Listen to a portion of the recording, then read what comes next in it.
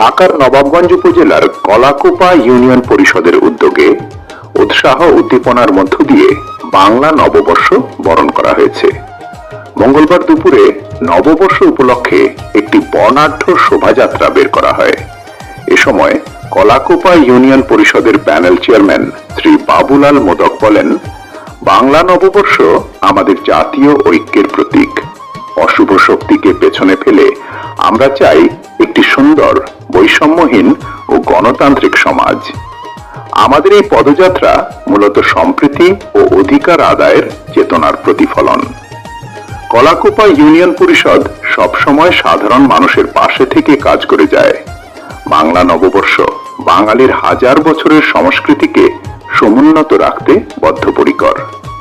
এ সময় কলাকুপা ইউনিয়ন পরিষদের সদস্যবৃন্দ ও গ্রাম পুলিশ সদস্যরা উপস্থিত ছিলেন।